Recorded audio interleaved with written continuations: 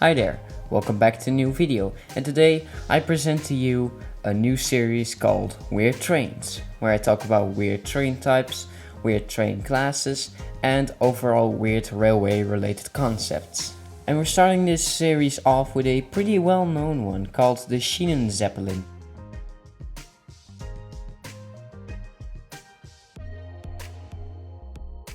The Schienenzeppelin or Rail Zeppelin was a German experimental train that was designed and built by plane engineer Franz Krückenberg. The train was made in the 1930s in the Hanover Leinhausen factory of the Deutsche Reichsbahn. It was 25.85 meters long, 2.8 meters high, and only had 2 axles.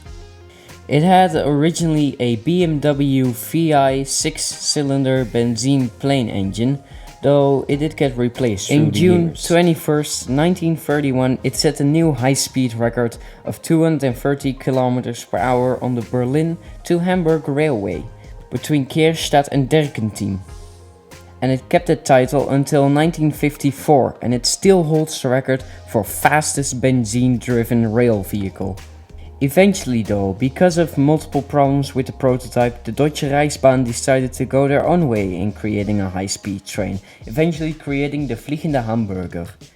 This new design was more fit for regular service and it became the basis of many train types to come. But that doesn't mean Krückenberg's experiment was pointless. Many of his ideas were later used by other rail manufacturers as well. The engine was sold to the DR in July 1934 and eventually torn apart in 1934 because the materials were needed for a certain conflict I can't name because otherwise YouTube will try to kill me. Of course, there were multiple problems with this train, like not being able to pull multiple cars and it couldn't climb hills. But one of the biggest and most obvious reasons this train was a failure is because people thought it was a bit of a safety hazard.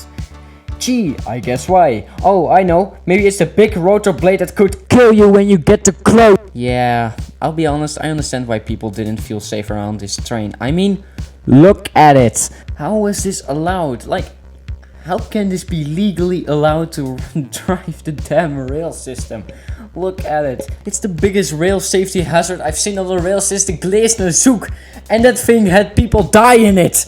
I swear man, the 30s were a wild time. I mean, something like this back then was literally legally allowed to drive around on the rail system.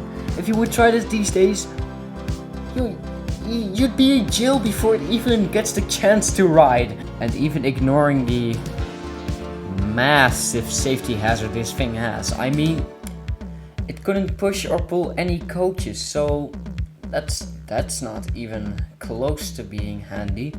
And even ignoring the propeller, it didn't have any couplings at the front or back, so you couldn't even try to pull coaches. So it doesn't even make any economic sense. Like, why would you only have one of these things when you can just have an engine pulling multiple carriages?